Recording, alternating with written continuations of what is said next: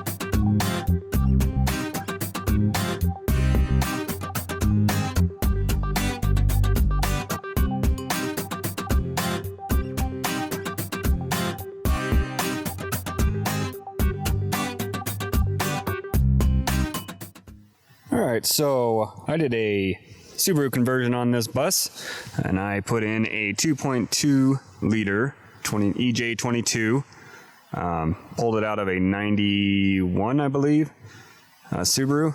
I did the engine bay setup for the radiators, so there are two radiators in the bay of this, one on this side, water crosses over, one on this side, and back into the engine. So there are a couple complications with this setup using the two radiators. It does tend to overheat if you go up a long hill, long grade at a high speed. I have overcome this a couple ways. One, I've wired the fan on this side to run continually, and then the fan on this side turns on when the thermostat tells the computer to turn it on. The other way is to drive with this rear hatch up like it is now, to let air through. I have done another conversion where I did a EJ22 as well, but I did a belly mount radiator setup on that one, and that one is much better at cooling, which I am thinking maybe I will do in this. I don't know, I've ran this thing a lot of places. All those stickers on the side are places that this bus has been since this conversion has been installed. So it's not that you can't do this, just gets a little warmer than I would like, and the other way is flawless as far as cooling goes. There's no concerns as far as keeping your engine cool with that setup. Nice thing about the bay bus is there is an access panel in the back to work on, so let me show you a couple things inside there. So the access panel in the back gives you access to the top of the engine, which is pretty nice. I did use a Subaru coolant container, charcoal canister from the Subaru, and then this is how I've rigged it to fill the radiator. And then on this side we have the igniter and the fuel filter. The reverser here, so there's clearance, and yeah, it's pretty dirty. Ran this thing a whole lot with this setup. So there are a couple concerns with this setup that I have. One, lack of storage. I had to move my batteries from the rear engine compartment to underneath my back seat, which takes up a lot of space. And then the other being the overheating. But the pluses are you can't really tell this is a conversion, and there's nothing hanging underneath. I do take this thing camping a lot, and I am concerned about catching my radiator underneath. So let's move on to the inside.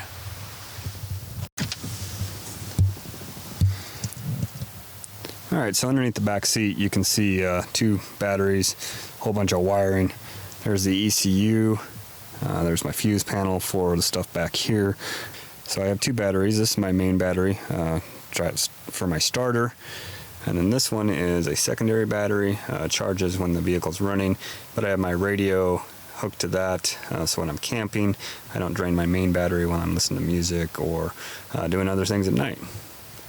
So you can see this does take up a bit of room back here. I really don't have a lot of storage under this seat anymore. I put a piece of cardboard and some towels over this to make sure nothing grounds out while we're driving around, but I'm not particularly thrilled with this setup and would like to have them back in the engine compartment or somewhere else. All right, so the process for this was kind of rushed for me. I wanted to get this done to go on a family vacation to Washington State. I'm in Utah. It's winter, if you couldn't tell. And so what I did is I found an engine, and I got myself a ECU and put this thing together quickly. Learned a lot of things I would do differently, and I may be changing as things go on. So you might be asking yourself, hey Steve, why should I be doing this? I mean, what's the big deal? Conversion, Subaru, whoopie-doo-dah, right? Well, the point is, this thing was horribly unreliable when I got it. Every time we went somewhere, we broke down. It was awful. It was more stress than fun, which was what this was supposed to be about. The Subaru engine not only gets better gas mileage, I haven't broke down with this yet, and for me, that was worth all the work, all the effort to get it where it's at. So that brings us to now. Now what's the plan? What are we doing from here? So what we're gonna do is we're gonna DIY a paint job, body work, all of that in my garage as least expensive as possible. And the goal is to get this done before spring, so we can go camping. All right, well, thanks for watching, everybody. I appreciate it. If you haven't subscribed already, please do so below. Make sure you smash that like button and give me your feedback. Show me some comments. What are you guys working on? What are your projects? Love to hear about them. Make sure you follow us. We're on Instagram. You can see us on the FaceTubes over at SV's Auto. And we'll see you next time.